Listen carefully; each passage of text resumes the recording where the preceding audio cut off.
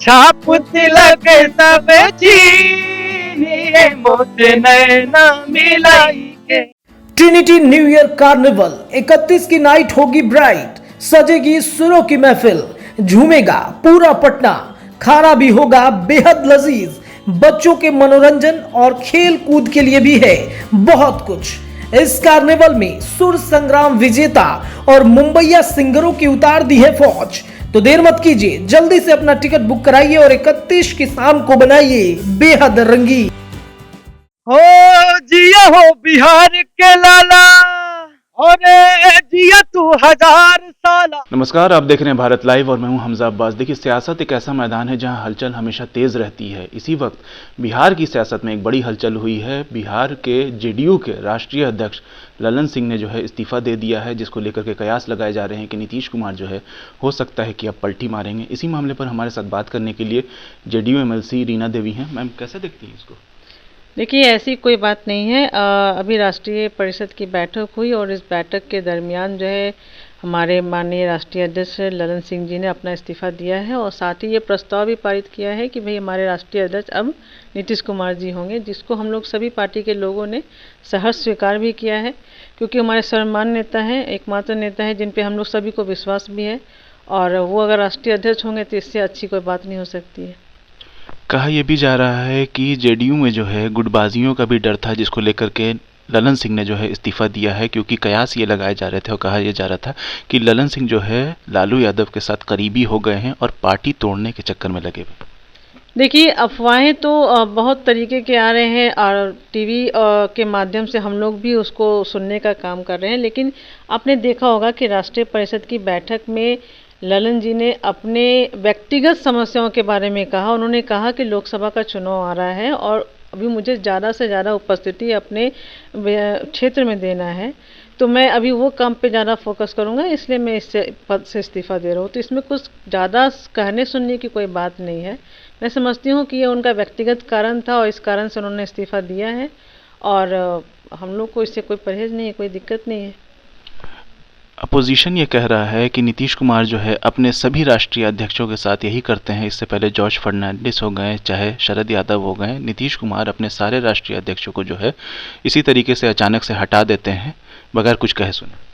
देखिए, ऐसा है तो फिर ओपोजिशन को ये भी बताना चाहिए कि नरेंद्र मोदी जी ने अपने विपक्ष के लोगों को कैसे हटाया, वो कैसे सुषमा साहू को हटाने का काम किए, कैसे राजनाथ जी को पहले साइड किए, कैसे जो है कि वो गडकरी को साइड कर रहे हैं, इससे पहले वो अडवाणी जी के साथ उन्होंने क्या किया, उनको ये भी तो बताना चाहिए जसवंत जी के साथ उन्होंने क्या किया, उनको उस पर भी टीका टिप्पणी करना चाहिए। लेकिन मैं समझती हूँ कि इस बात से इस तरह की कोई भी बात का अंदाज़ा नहीं लगाया जा सकता है।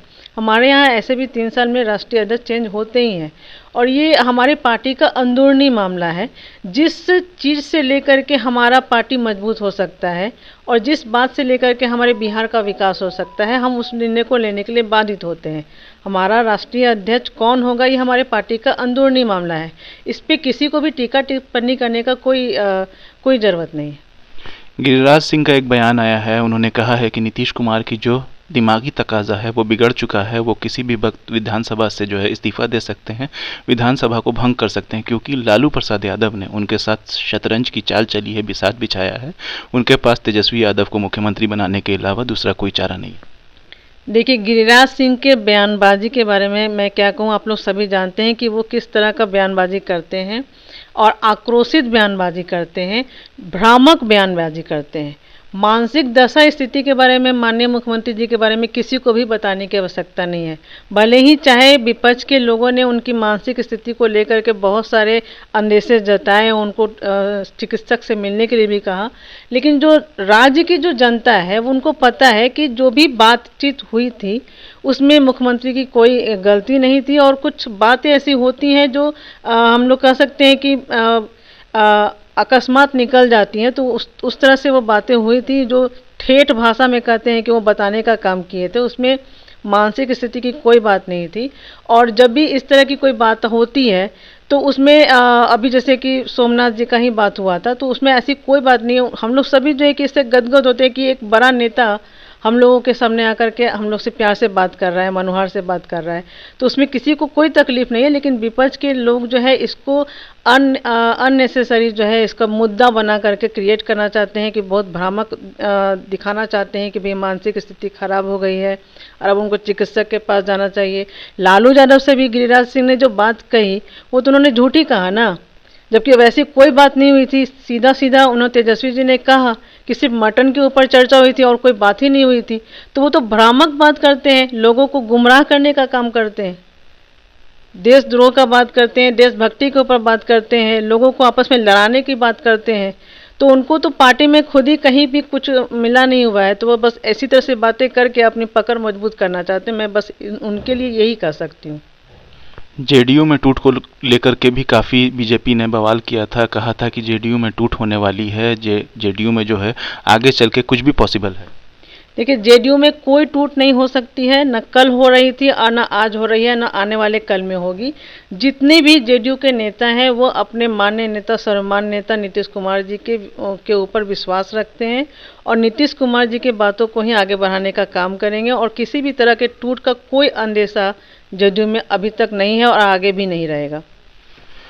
ये थी हमारे साथ जेडीयू की एमएलसी रीना देवी, जो साफ साफ कह रही थी कि जेडीयू में टूट को लेकर के जो है बीजेपी सिर्फ प्रोपेगेंडा चला रही है, अफवाह फैला रही है। जेडीयू जो है मजबूत पिलर की तरह है जो हमेशा एक साथ खड़ा है और नीतीश कुमार की सरदारी में जो है जेडीयू आगे बढ़ेगा। ऐसी तमाम अपडेट्स के लिए देखते रहिए भारत लाइव। शुक्रिया। हो जिया हो बिहार के लाला, और जिया तू 1000 साला, जिया तू भोर बमाना, जिया तू 1000 साला, जिया तू 1000 तनी नाची के, तनी गाई के, तनी नाची गाई सबके मन बहलावा रे भैया।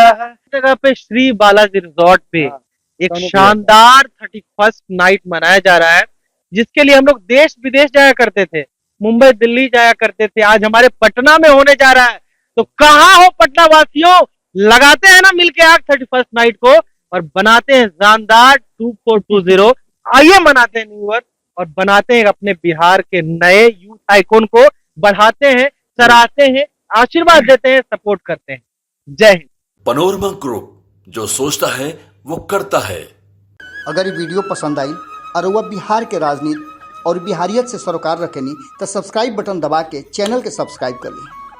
ओजे एगो घंटी बा, ओकरा बटन दबा देला से कुल सटीक और मारक खबर रुआ मुफ्त में मिल जाई। अगर रुआ पत्रकारिता के हमनी के नया प्रयोग में सहयोग कर चाहतानी तो ज्वाइन बटन दबा दी। पेटीएम नंबर नोट कर ली 9386816700। धन्यवाद।